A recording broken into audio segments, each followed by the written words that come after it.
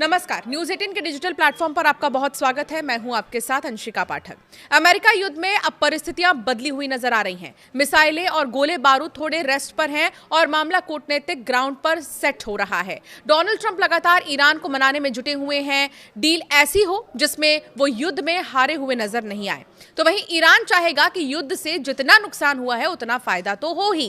कुल मिलाकर ईरान और अमेरिका के बीच चल रहा युद्ध 26वें दिन में प्रवेश कर चुका है और अब स्थितियां थोड़ी आशाजनक दिख रही हैं। जहां 2 दिन पहले तक दोनों ही पक्षों से गोले मिसाइलें दागी जा रही थीं, ईरान बातचीत से पूरी तरह से इनकार कर रहा था, तो वो अब परिस्थितियां बदल रही हैं। युद्ध के 24वें दिन डोनाल्ड ट्रंप ने 5 दिन युद्ध विराम की बात कही, जिस पर ईरान ने पहले तो इनकार किया, लेकिन अब वो इस वार्ता के लिए मानता हुआ नजर आ रहा है। क्या ये माना जाए कि ये युद्ध खत्म होने वाला है? यूएस और ईरान का युद्ध खत्म होने वाला है? हम ऐसा इसीलिए कह रहे हैं क्योंकि एक तरफ ईरान और यूएस के बीच बातचीत और समझौते को लेकर चर्चाएं हैं कि इस युद्ध को खत्म किया जाना चाहिए, लेकिन दूसरी तरफ ईरान और इजराइल में बहुत ठीक नहीं है चीजें। ईरान और इजराइल में लगातार बमबारी, मिसाइल अटैक्स, ये सब कुछ जारी है। तो अब सबसे पहले हम बात करेंगे ईरान और यूएस की, जहां पर ईरान और यूएस के बीच शांति समझौते को लेकर चर्चा होने वाली है। ईरान का बातचीत की मेज पर लौटना बेहद अहम है क्योंकि यही इस युद्ध की दिशा तय करेगा। अमेरिका के राष्ट्रपति डोनाल्ड ट्रंप ने मंगलवार को ईरान को एक शांति प्रस्ताव भेजा और भरोसा जताया कि करीब 1 महीने से चल रहे युद्ध को जल्द खत्म किया जा सकता है। दूसरी ओर तेहरान की ओर से कहा गया कि वो उन जहाजों को स्ट्रेट ऑफ हार्मुज से गुजरने की अनुमति देगा जो गैर शत्रुतापूर्ण है। ये समुद्री मार्ग दुनिया के करीब 20% तेल और गैस व्यापार के लिए बेहद महत्वपूर्ण है। ऐसे में इसका खुला होना बहुत जरूरी है। अमेरिका के राष्ट्रपति डोनाल्ड ट्रंप ने कहा कि ईरान ने परमाणु हथियार न बनाने पर सहमति जताई है और स्ट्रेट ऑफ हॉर्मुज से जुड़ा एक महत्वपूर्ण प्रस्ताव भी दिया है। मंगलवार को ओवल ऑफिस में पत्रकारों से बात करते हुए ट्रंप ने कहा कि ईरान अब समझौता करना चाहता है। उन्होंने बताया कि उपराष्ट्रपति जेडी वांस, विदेश मंत्री मार्को रूबियो, मिडिल ईस्ट के विशेष दूत स्टीव विटकॉफ और सलाहकार जेड कुशनर शांति वार्ता को आगे बढ़ा रहे हैं। ट्रंप ने यह भी कहा है कि ईरान के नेतृत्व में बड़ा बदलाव आया है और अब वहां के नेता पहले जैसे नहीं रहे जिन्होंने पहले समस्याएं पैदा की थी।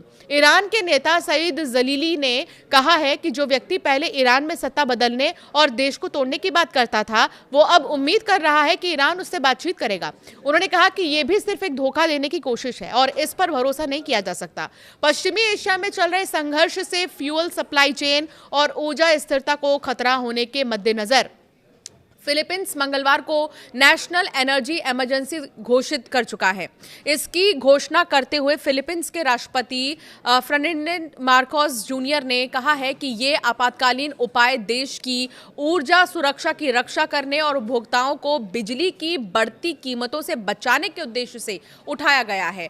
अब तक क्या क्या हुआ ये भी समझिए। ट्रंप ने मंगलवार को भारत के प्रधानमंत्री नरेंद्र मोदी से फोन पर बात की और क्षेत्र की स्थिति पर चर्चा की।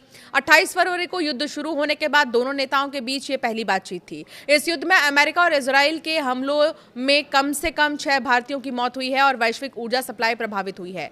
पाकिस्तानी पीएम शहबाज शरीफ ने कहा है कि इस्लामाबाद इस संघर्ष को खत्म करने के लिए अमेरिका, इजराइल और ईरान के बीच बातचीत की मेजबानी करने के लिए तैयार है। हालांकि शांति की कोशिशें जारी हैं, फिर भी तनाव कम नहीं हुआ है। मंगलवार को ईरान ने इजराइल पर नए मिसाइल हमले किए हैं, जिससे तेल अवीव में नुकसान और कई लोग घायल हुए हैं। तेल अवीव के मेयर रोन हल्देई ने बताया कि एक पॉश इलाके में एक इमारत पर सीधा हमला हुआ। ड्रोन हमले में कुवैत इंटरनेशनल एयरपोर्ट पर एक फ्यूल टैंक को निशाना बनाया गया, जिससे आग लग गई और वहां नुकसान हुआ है। अधिकारियों के मुताबिक इस घटना में अब तक किसी के हताहत होने की खबर नहीं है, लेकिन नुकसान हुआ है और स्थिति पर नजर रखी जा रही है। कुल मिलाकर अमेरिकी राष्ट्रपति का कहना है कि अमेरिका और ईरान के बीच बैक चैनल बातचीत भी हुई है और ईरान जो है सस्टेनेबल यानी कि टिकाऊ प्रस्तावों पर बात करने को तैयार है। ट्रंप ने यह भी इशारा किया है कि ईरान की तरफ से ऑयल और गैस से जुड़ा कोई गुडविल जेस्चर भी दिया गया है। जो इस बातचीत को आगे बढ़ाने में मदद कर सकता है। हालांकि इससे पहले ट्रंप के बातचीत के दावे को ईरान ने खारिज कर दिया था। अगर जमीनी हालात देखें तो तस्वीर बिल्कुल अलग नजर आती है। हॉर्मुज स्ट्रेट पर आवाजाही अभी भी बंद है। इस पर सुल्तान अहमद अल जाबेर ने कहा इसे इकोनॉमिक टेररिज्म तक कह दिया है। इसका सीधा असर पूरी दुनिया पर पड़ा है। तेल और गैस की कीमतें तेजी से बढ़ी। अगर जंग जल्द खत्म भी हो जाए तो भी कीमतें सामान्य होने में महीनों लग सकते हैं। ईरान के अंदर भी हालात तेजी से बदल रहे हैं। हाल ही में मोहम्मद बाकर जोलकद्र को देश की नेशनल सिक्योरिटी की जिम्मेदारी दी गई है, जो दिखाता है कि ईरान अब और ज्यादा आक्रामक रणनीति अपना रहा है। साथ ही ईरान की ताकतवर force Islamic revolutionary guard corps ने चेतावनी दी है कि अगर लेबनान और फिलिस्तीन में नागरिकों पर हमला जारी रहे तो वो इजराइल को सीधे निशाना बनाता रहेगा। इस बीच ईरान में लगातार बमबारी जारी है। सबसे चिंताजनक बात यह है कि इस जंग में हजारों लोगों की जान जा चुकी है, जिनमें करीब 350 तो बच्चे शामिल हैं। यह आंकड़ा सिर्फ एक नंबर नहीं बल्कि उन परिवारों की टूटती दुनिया की कहानी है। सऊदी अरब भी इस पूरे संघर्ष में अपनी रणनीति बना रहा है। वो चाहता है कि ईरान की मिसाइल ताकत कमजोर हो और आम नागरिकों को नुकसान ना पहुंचे। इस बीच सऊदी रक्षा मंत्रालय का कहना है कि उसके एयर डिफेंस सिस्टम ने देश के पूर्वी प्रांत में एक बैलिस्टिक मिसाइल को मार गिराया। मंत्रालय के मुताबिक पिछले 1 घंटे में उसी इलाके में कम से कम 6 ड्रोन भी मार गिराए गए। ट्रंप द्वारा जंग पर विराम लगाने के ऐलान के बावजूद हमले जारी हैं। कुवैत इंटरनेशनल एयरपोर्ट पर फ्यूल टैंक पर ड्रोन हमला हुआ, जिससे आग लग गई, लेकिन किसी के हताहत होने की खबर फिलहाल नहीं है। कुल मिलाकर मिडिल ईस्ट में ये जंग सिर्फ 2 देशों के बीच नहीं चल रही है, ये एक बड़े क्षेत्रीय संघर्ष में बदल चुकी है, जहां हर देश अपने अपने हितों के हिसाब से चाल चल रहे हैं। बातचीत की उम्मीद जरूर है, लेकिन जिस तरह हालात तेजी से बिगड़ रहे हैं उससे लगता है कि शांति अभी दूर है और ये आग आने वाले दिनों में और भी ज्यादा भड़क सकती है। लेकिन ट्रंप जो बातें कह रहे हैं, अगर उनके बातों के मुताबिक चीज़ें हुई तो वाकई में ये युद्ध रुक भी सकता है। अगर ट्रंप जो कह रहे हैं उनके मुताबिक चीज़ें नहीं हुई, उनकी और ईरान के जो प्रमुख हैं उनकी बातचीत ढंग से नहीं हुई और समझौता उनका नहीं हुआ ढंग से, या फिर उनके बीच में सहमति नहीं बनी, तो फिर हालात और भी ज़्यादा तनावपूर्ण बन सकते हैं। अमेरिका युद्ध में अब परिस्थितियां बदली हुई नजर आ रही हैं। मिसाइलें और गोले बारूद थोड़े रेस्ट पर हैं और मामला कूटनीतिक ग्राउंड पर सेट हो रहा है। डोनाल्ड ट्रंप लगातार ईरान को मनाने में जुटे हुए हैं। डील ऐसी हो जिसमें वो युद्ध में हारे हुए नजर नहीं आए। तो वहीं ईरान चाहेगा कि युद्ध से जितना नुकसान हुआ है उतना फायदा तो हो ही।